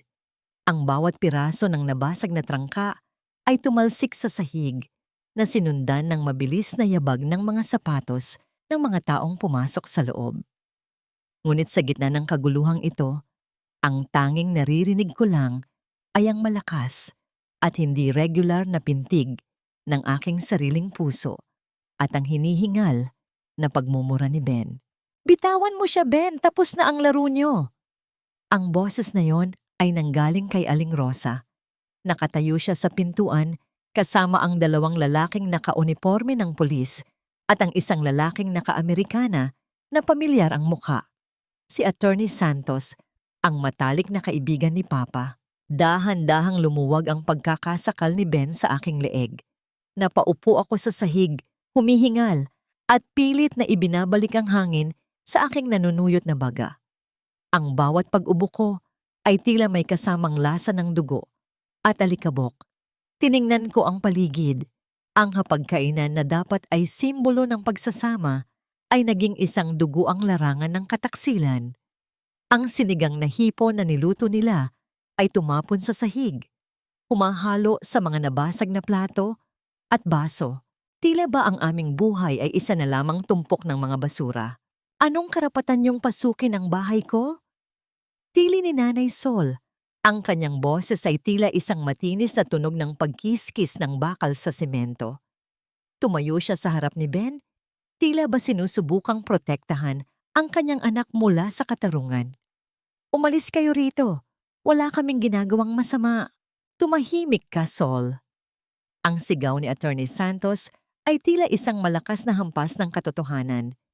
Inilabas niya ang isang asul na folder, ang folder na kinuha ni Aling Rosa mula sa aking kwarto kanina.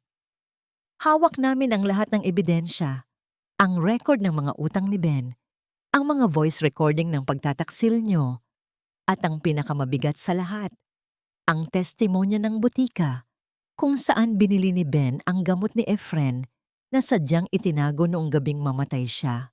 Nakita ko ang mabilis na pagbabago sa mukha ni Ben. Ang galit ay napalitan ng isang malalim at malamig na takot. Ang kanyang mga balikat ay dahan-dahang bumagsak. Tila ba ang lahat ng bigat ng kanyang mga kasalanan ay biglang pumatong sa kanya. Tumingin siya kay Celine na ngayon ay dahan-dahang umaatras patungo sa kusina, pilit na nagtatago sa likod ng refrigerator. Ben, love, gawan mo ng paraan ito, bulong ni Celine. Ang kanyang boses ay nanginginig sa takot. Sabi mo malinis ang lahat. Sabi mo tayo ang mananalo. Wala nang mananalo rito, Celine. Ang aking boses ay lumabas na tila isang bulong mula sa kailaliman ng aking pagkatao. Dahan-dahan akong tumayo, hawak ang pader para sa suporta. Ang hapdi sa aking leeg at tagiliran ay tila mga medalya ng aking pakikipaglaban. Ang bawat kasinungalingan nyo ay may katapat na kabayaran. Ang bawat luhang ibinuhos ko para kay Papa ay magiging mitya ng pagbagsak nyo. Mabilis na lumapit ang mga pulis kay Ben. Ang tunog ng paglalabas ng bakal na posas ay tila isang hatol na umalingaw-ngaw sa tahimik na silid. Ngunit bago pa man nila mahawakan si Ben, isang bigla ang galaw ang ginawa niya. Itinulak niya ang lamesa patungo sa mga pulis na lumikha ng isang malakas na tunog ng pagkakabangga ng kahoy at bakal. Tumakbo si Ben patungo sa likod ng bahay, patungo sa direksyon ng lumang bodega ni Papa. Ben, huwag! Sigaw ni Nanay Sol, ngunit huli na ang lahat. Ang bawat yabag ni Ben sa madilim na pasilyo ay tila mga hakbang patungo sa isang bitag na siya rin ang gumawa. Agad na sumunod ang mga pulis.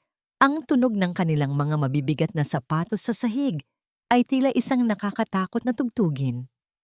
Sumunod ako, kahit na masakit ang aking katawan, kahit na ang bawat hakbang ko ay tila pagtusok ng libu-libong karayom sa aking mga paa.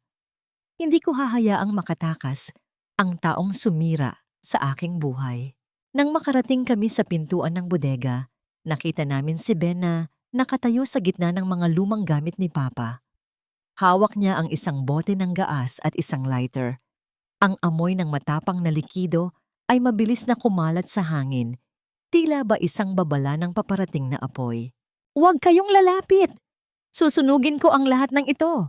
Sigaw ni Ben. Ang kanyang mga mata ay nanlilisik sa ilalim ng maliit na sinag ng ilaw sa bodega. "Kung hindi mapupunta sa akin ang lupang ito, walang makikinabang dito. Sisirain ko ang lahat ng alaala ng matandang yon." Napatigil ang lahat. Ang katahimikan ay tila isang mahigpit na tali na nakapulupot sa aming mga leeg. Tumingin ako kay Ben, ang lalaking minahal ko, ang lalaking pinagkatiwalaan ko. Ngayon ay handang sunugin ang huling bakas ng aking ama dahil lamang sa kasakiman.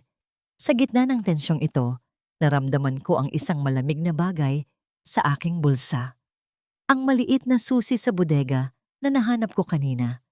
May isa pang pinto sa likod ng bodegang ito. Isang pintong alam kong hindi alam ni Ben. Dahan-dahan akong umatras habang ang pansin ng lahat ay na kay Ben. Ang bawat hakbang ko sa madilim at madamong bahagi ng garden ay tila ba hindi lumilikha ng anumang tunog. Kailangan kong pumasok sa loob. Kailangan kong iligtas ang huling alaala ni Papa bago maging huli ang lahat. Ngunit nang hawakan ko ang lumang hawakan ng pinto sa likod, narinig ko ang tunog ng pag-click ng lighter mula sa loob. Ang liwanag ng apoy ay nagsimulang sumilip sa mga siwang ng lumang kahoy. Magagawa ko bang pigilan ang apoy? O tuluyan na ngang magiging abo ang lahat ng aking pinaglaban? Mamatay tayong lahat dito, Andrea. Kung hindi ka mapapa sa akin, wala ring matitira sa'yo. Ang sigaw ni Ben ay tila boses ng isang estranghero, isang nilalang na nilamon na ng dilim at kasakiman. Sa gitna ng bodega, ang kahel na liwanag mula sa nagsisimulang apoy ay sumasayaw sa kanyang mukha. Inilalantad ang bawat linya ng kanyang kabaliwan. Ang init na nagmumula sa nagliliyab na mga lumang dyaryo at tuyong kahoy ay mabilis na kumakalat. Tila ba isang gutom na hayop na gustong lamunin ang bawat alaala ni Papa na narito sa loob. Dahan-dahan kong pinihit ang susi sa likurang pinto. Ang tunog ng pag-atras ng kalawangin na trangka ay tila isang bulong sa gitna ng nagngangalit na apoy. Pagbukas ko, ang makapal na usok ay agad na sumalubong sa akin. Tila ba isang itim na kumot na gustong sumakal sa aking hininga. Napayuko ako. Ang aking damit ay itinakip ko sa aking ilong habang ang init ay humahaplos sa aking balat sa paraang nakapapaso. Ben, itigil mo na ito. Hindi pa huli ang lahat. Ang aking sigaw ay naging paos dahil sa usok na pumasok sa aking lalamunan. Nakita ko siya. Nakatayo siya sa gitna ng nagliliyab na mga kahon. Ang lighter ay nakalaglag na sa kanyang paanan. Ang takot ay sa wakas ay rumespeto sa kanyang mga mata nang makita niyang ang apoy na kanyang sinimulan ay mabilis na kumukulong sa kanya. Ang mga pulis sa kabilang pinto ay pilit na winawasak ang harang. Ang tunog ng kanilang mga paghampas sa kahoy ay tila ba mga tambol ng katarungan. Tulong! Ben! Ang mga alahas ko! Narinig ko ang tili ni Celine mula sa labas. Hindi niya iniisip si Ben. Hindi niya iniisip ang bahay. Ang tanging hiyaw niya ay para sa mga ninakaw niyang hiyas mula sa aking mga drawer. Sa kabilang banda, narinig ko rin ang boses ni Nanay Sol na tila ba isang sirang plaka. Ang titulo ng lupa. Ben, iligtas mo ang titulo.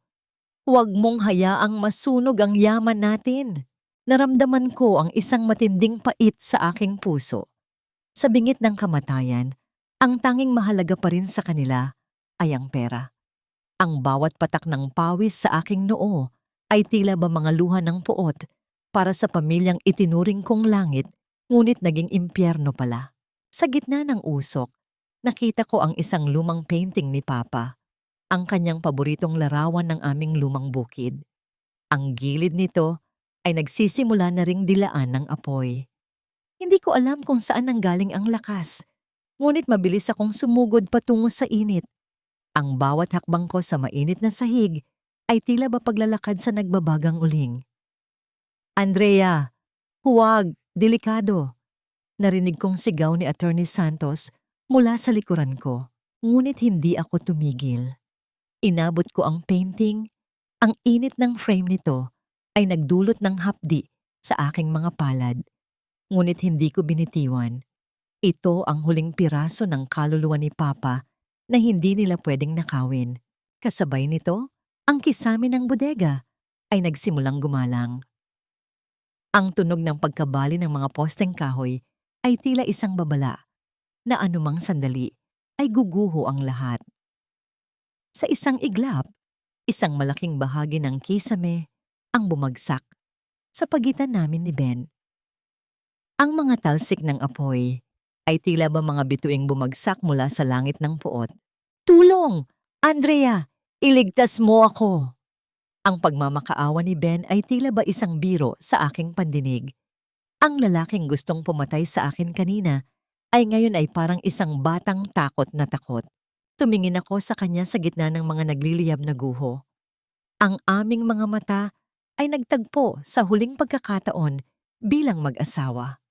Nakita ko ang lahat, ang 7 taon ng kasinungalingan, ang pagtataksil at ang malamig na kamatayan ni Papa.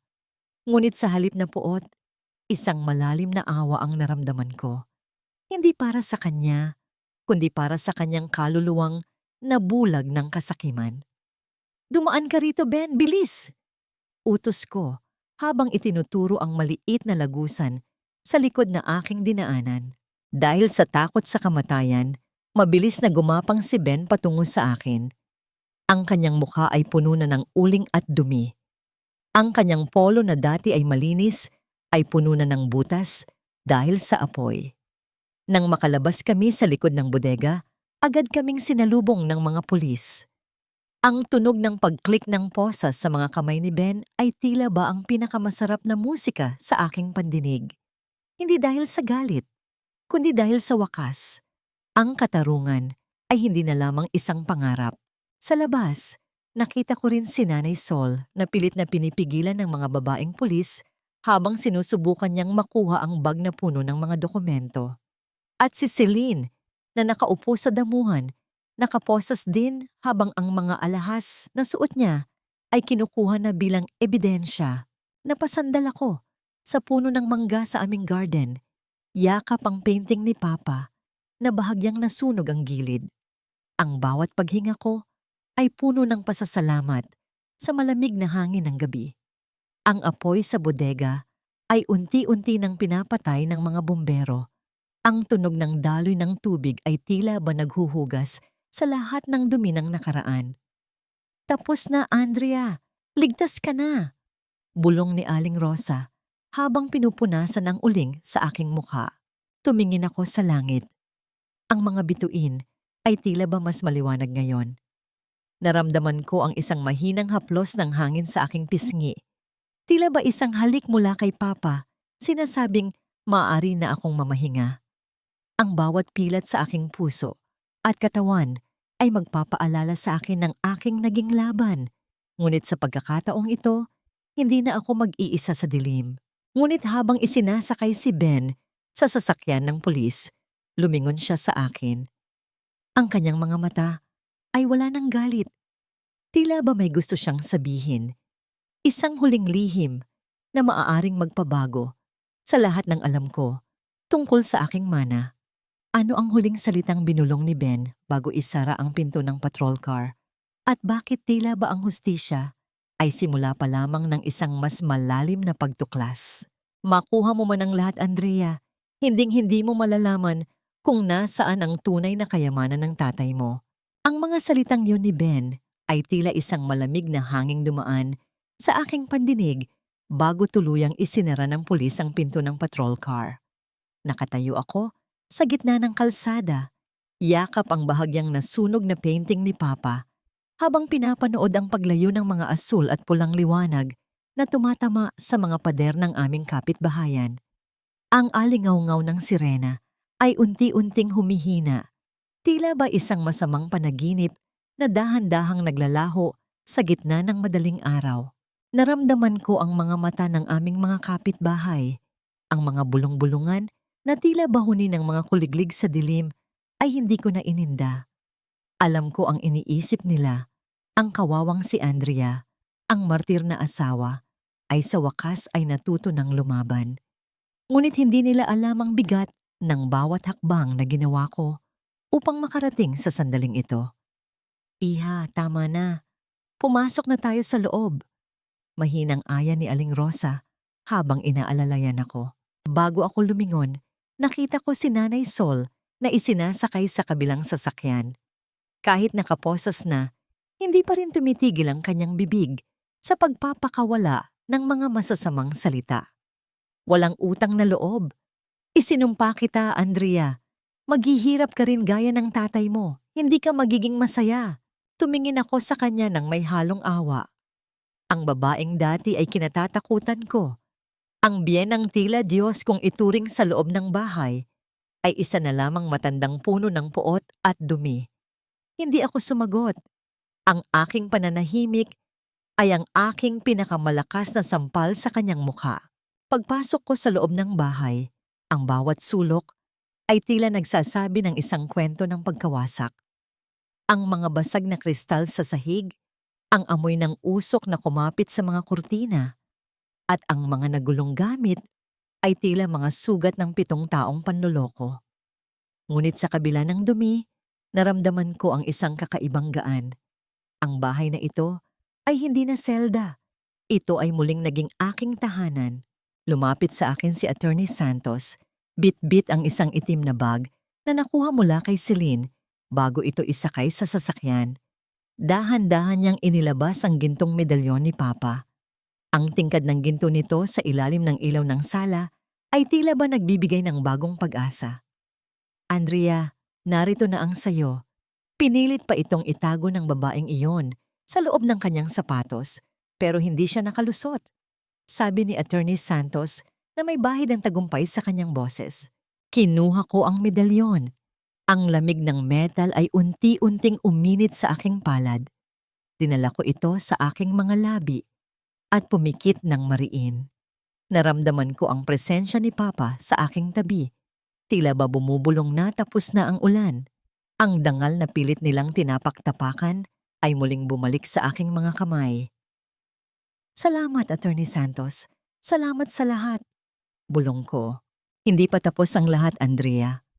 Marami pa tayong kailangang ayusin sa korte, lalo na ang tungkol sa mga utang ni Ben na ipinangalan sa iyo nang hindi mo nalalaman. Pero huwag kang mag-alala, gagawin natin ang lahat para malinis ang pangalan mo. Paliwanag ng abogado. Naupo ako sa sofa. Ang aking mga kamay ay marahang hinahaplos ang ukit ng anghel sa medalyon. Naisip ko ang huling sinabi ni Ben. Tunay na kayamanan.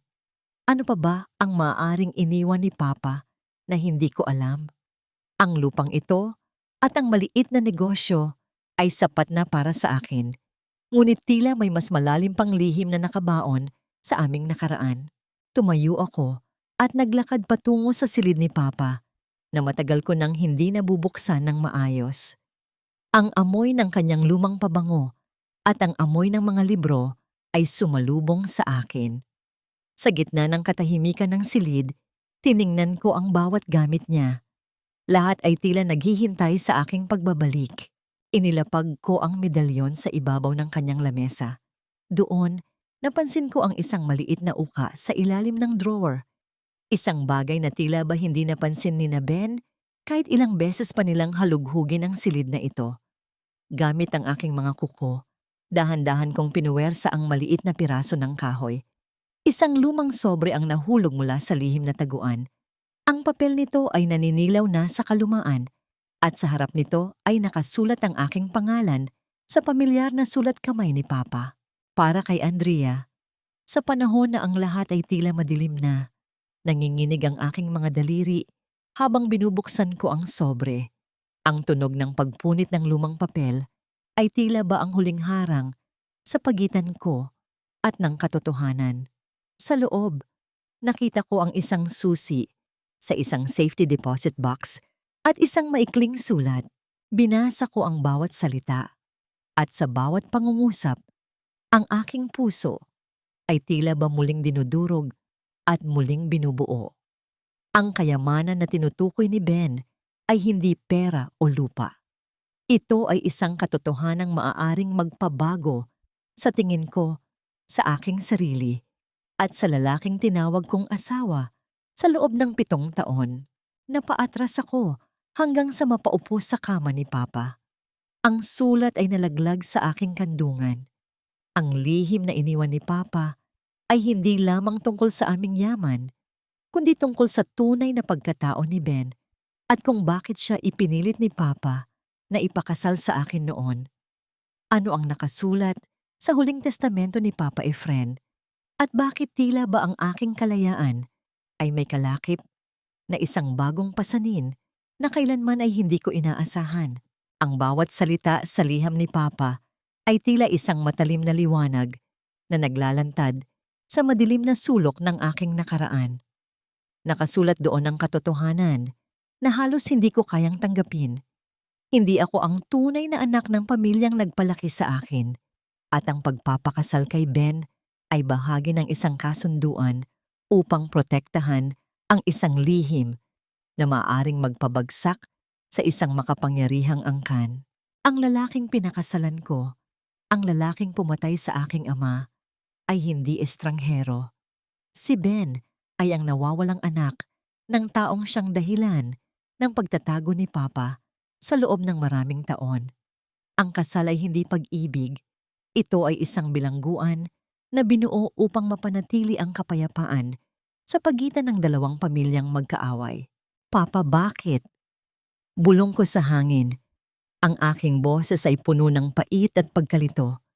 Ang mga luha ay muling pumatak sa papel. Dahilan, upang lumabo ang mga titik sa aking paningin.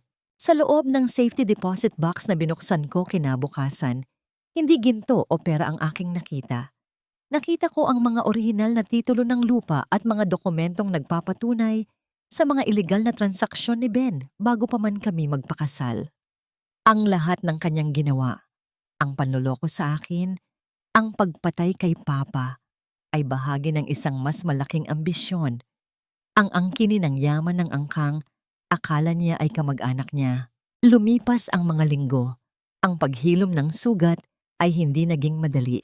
Ang bawat gabi ay puno ng mga panaginip tungkol sa nakaraan, ng mga sigaw ni Papa at ng malamig na titig ni Ben. Ngunit sa bawat umagang nagdaraan, ang paghilom ay unti-unting nakakamit sa pamamagitan ng paggawa ng mabuti. Ginamit ko ang aking kaalaman sa accounting upang isa-isang bawiin ang mga ari-ariang ninakaw nila. Ang bawat sentimong nababawi ko ay inilalaan ko sa mga proyektong pang-edukasyon para sa mga batang tulad ko noon na nangangarap ding makabangon. Isang hapon, habang naglalakad ako sa dalampasigan, sinalubong ako ng malamig na simoy ng dagat. Ang bawat alon ay tila humahalik sa aking mga paa, nagtatanggal ng bawat bakas ng alikabok ng nakaraan. Andrea, lumingon ako at nakita si Attorney Santos. May hawak siyang isang maliit na sobre. Ang huling hearing para kay Ben at sa kanyang ina. Hiniling ni Ben na makausap ka. Gusto niyang humingi ng tawad. Tawad? Tanong ko. Ang boses ay kalmado. Ang paghingi ng tawad ay hindi sapat para ibalik ang buhay ni Papa, Attorney Santos. Pero handa akong makinig, hindi para sa kanya, kundi para sa aking sariling katahimikan. Pagdating ko sa kulungan, nakita ko si Ben. Hindi na siya ang guwapong lalaki na dati kong hinahangaan. Ang kanyang mukha ay payat, ang kanyang mga mata ay walang ningning, at ang kanyang mga kamay ay nanginginig sa loob ng posas. Andrea, bulong niya. Ang boses ay puno ng pagsisisi na hindi ko alam kung totoo o isa na namang palabas. Hindi ko akalaing hahantong tayo sa ganito. Sana, binigyan mo ako ng pagkakataon na magbago. Tumingin ako sa kanya ng diretsyo. Walang galit, walang puot, tanging isang malalim na pagtanggap lamang. Ben, ang pagbabago ay nagsisimula sa pagtanggap ng katotohanan. Pero ikaw, pinili mong yakapin ang kasinungalingan. Ang tawad ay ibinibigay sa mga taong naghahanap ng liwanag. Pero ikaw, mas pinili mong manatili sa dilim. Iniwan ko siya roon, sa gitna ng kanyang mga rehas at pagsisisi. Habang naglalakad ako palabas ng kulungan, ang sikat ng araw ay tumama sa aking mukha. Ang bawat hakbang ko palayo ay isang hakbang patungo sa aking tunay na sarili. Hindi na ako ang Andrea na nagpapadikta sa nakaraan. Ako na ang Andrea na humuhubog sa sarili niyang kinabukasan. Paglabas ko, sinalubong ako ni Aling Rosa. Ngumiti siya sa akin. Ang kanyang mga mata ay puno ng pagmamalaki. Malaya ka na, iha. Sa wakas, malaya ka na. Ngumiti ako pabalik. Isang ngiting hindi na mapagpanggap. Ang dagat sa malayo ay tila naghihintay sa akin. Handang tanggapin ang lahat ng aking nakaraan upang gawin itong bahagi ng aking lakas. Ang sugat ay naghilom na, at ang bawat pilat na natira ay tila mga mapa ng aking naging paglalakbay. Ano ang susunod na kabanata ng aking buhay? Ngayong alam ko na ang tunay kong pagkatao at ang aking kakayahang tumayo sa sarili kong mga paa. Ang bawat dahon na nalalaglag mula sa malaking puno ng nara sa aming bakuran ay tila mga pahina ng isang lumang libro na isinasara ko na ng tuluyan. 6 na buwan na ang nakalilipas mula noong madilim na gabing iyon sa bodega. Ang bawat sugat sa aking balat ay naghilom na, naiwan na lamang ang mga mapusyaw na marka na tila mga tattoo ng aking nakaraan. Mga paalala na ako ay nakaligtas, na ako ay matatag. Ngayon, ang aming bahay ay hindi na puno ng alikabok ng lungkot. Ang bawat dingding ay bagong pinturahan ng puti. Ang bawat sulok ay nililinis ng hangin na nanggagaling sa bukas na mga bintana. Si Aling Rosa ay madalas na bumibisita. Dala ang kanyang mga nilutong kakanin na tila nagbibigay ng tamis sa bawat araw ko. Sa aking opisina, ang aking laptop ay puno ng mga file ng mga proyektong pang-edukasyon para sa mga ulilang bata. Hindi na ako nag-audit ng mga numero para sa personal na interes. Ngayon, binibilang ko ang bawat piso na makakatulong sa mga taong tulad ko, mga taong nangangailangan ng pagkakataon upang muling makabangon. Ang bawat tagumpay ng bawat batang natutulungan ko ay tila isang maliit na tagumpay rin para kay Papa. Isang umaga, habang naglalakad ako sa aming hardin, napansin ko ang isang maliit na usbong ng bulaklak sa gilid ng bodega na dati ay naging liyab ng puot. Ang kulay nito ay matingkad na dilaw, tila isang munting araw na nagpapakita ng buhay sa gitna ng mga guho. Pinagmasdan ko ito ng mabuti. Ang buhay, gaano man kadilim ang nakaraan, ay laging humahanap ng paraan upang sumibol muli. Andrea, isang boses ang tumawag sa akin mula sa gate. Lumingon ako at nakita ko si Attorney Santos. May bitbit siyang isang dokumento. May balita ako mula sa korte. Ang mga ari-arian na naibenta ni Ben ng ilegal ay naibalik na sa iyo. Ang lahat ng kaso ay sarado na. Malinis na ang iyong pangalan. Tinanggap ko ang dokumento. Ang bigat nito sa aking kamay ay hindi na bigat ng pasanin, kundi bigat ng aking kalayaan. Salamat, Attorney Santos. Para sa akin, ito ay hindi lamang pagbabalik ng ari-arian. Ito ay ang pagbabalik ng aking kapayapaan. Ano na ang susunod na plano mo, Andrea? Maraming oportunidad ang naghihintay sa iyo sa lungsod. Tanong niya. Tumingin ako sa malayo, sa direksyon ng dagat na tila kumikislap sa ilalim ng araw. Dito ako magsisimula. Sa lupang ito, kung saan naranasan ko ang sakit, dito ko rin itatayo ang aking bagong tahanan. Hindi bilang isang biktima, kundi bilang isang babaeng marunong ng magmahal sa sarili. Pag-alis ni Attorney Santos, umupo ako sa ilalim ng puno ng nara. Inilabas ko ang lumang litrato ni Papa at ang medalyon na suot ko na ngayon sa aking leeg. Papa, narito na ako. Hindi na ako natatakot. Hindi na ako nag-iisa. Sa gitna ng katahimikan, naramdaman ko ang pagdating ng isang taong matagal ko na ring hindi nakikita. Ang anak ni Aling Rosa na kailan lang ay bumalik mula sa pagtatrabaho sa ibang bansa. Si Marco. Siya ang taong dati ay matalik kong kaibigan bago pa man ako magpakasal kay Ben. Ang kanyang mga mata ay nanatiling mabait, puno ng pag-unawa sa lahat ng pinagdaanan ko. Andrea, ang ganda ng hardin mo! Mahinang sabi niya habang nakatayo sa tabi ko. Parang ang lahat ng sakit ay nawala na sa paligid. Nawala na ang sakit, Marco. Ang natira na lang ay ang aral. Sagot ko habang nangumingiti. Sa pagkakataong ito, hindi ko na hinahanap ang pag-ibig sa paraang desperado. Hayaan kong kusa itong dumating sa tamang panahon, sa tamang paraan. Ang aking bagong simula ay hindi nakadepende sa sinuman, kundi sa aking sariling pagpili. Ang bawat araw ay isang pahina na ako ang sumusulat. Wala nang kontrabida, wala nang mga lihim na pumatay sa aking mga pangarap.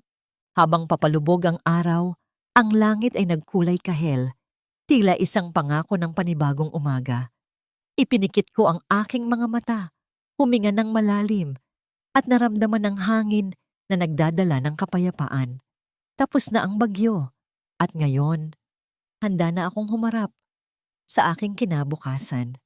Ano ang pakiramdam ng maging ganap na malaya at paano ko gagamitin ang natitira kong buhay upang patunayan na ang bawat sugat ay may kalakip na kapangyarihan. Ang hangin sa tabing dagat ay banayad na humahalik sa aking mukha. Dala ang alat ng dagat na tila naghuhugas sa lahat ng natitirang pait sa aking diwa. Nakatayo ako sa dulo ng pier, pinagmamasdan ang dahan-dahang paglubog ng araw na nagpipinta sa langit ng kulay kahel, rosas at ginto. Ang bawat kulay ay tila isang kabanata ng aking buhay. Ang dilim ng nakaraan ay napalitan na ng ningning ng kasalukuyan. Minsan, kapag ako ay nag-iisa, tinatanong ko ang aking sarili, patawad na nga ba ang lahat? Ang sagot ay hindi na kailangan pang bigkasin. Ang tunay na kapatawaran ay wala sa paglimot sa ginawa nila, kundi sa hindi na pagpapahintulot sa kanilang mga krimen na diktahan ng tibok ng aking puso. Patawad dahil sa wakas, hindi na ako bilanggo ng poot. Ang binyen, ang kapayapaang matagal kong hinangad, ay hindi dumating sa isang iglap. Ito ay binuo ko sa bawat umagang gumigising ako nang hindi na natatakot. Sa bawat gabing nakakatulog ako nang walang iniisip na panganib. Ito ay bunga ng pagtanggap na ang buhay ay hindi perpekto, ngunit ito ay sa akin. Ang aral na aking iniwan sa lahat ng nakikinig at sumubaybay sa aking kwento ay simple. Ang bawat pagsubok, gaano man ito kagusot, ay may kaakibat na lakas. Huwag hayaang ang kasakiman ng iba ang maging katapusan ng iyong mundo. Ang iyong dangal ay hindi nakasalalay sa kung ano ang kinuha nila sa iyo, kundi sa kung paano mo binuo ang iyong sarili mula sa pagkawasak. Ang pag-ibig na tunay ay hindi nananakit. Ito ay nagpapalaya. Tumingin ako sa medalyon ni Papa sa aking leeg. Ang anghel na nakaaukit dito ay tila ba nakangiti. Tapos na ang yugto ng paghihiganti.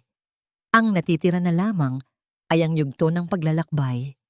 Isang paglalakbay kung saan ako ang kapitan ng aking sariling barko, anuman ang daluyong na dumating sa hinaharap. Huminga ako ng malalim at sa unang pagkakataon, naramdaman ko ang tunay na kalayaan. Ang bukas ay hindi na isang banta, kundi isang blankong pahina na naghihintay na sulatan ng mga bagong alaala. Mga alaalang puno ng tawa, ng pag-asa at ng pagmamahal na wagas. Ang bawat sugat ay naghilom na, ang bawat pait ay naging tamis. At sa gitna ng katahimikan ng gabi, ang tanging tunog na aking naririnig ay ang tibok ng aking sariling puso. Matatag, buhay, at malaya. Tapos na ang bagyo. At sa ilalim ng mga bituin alam ko na, handa na akong mamuhay muli.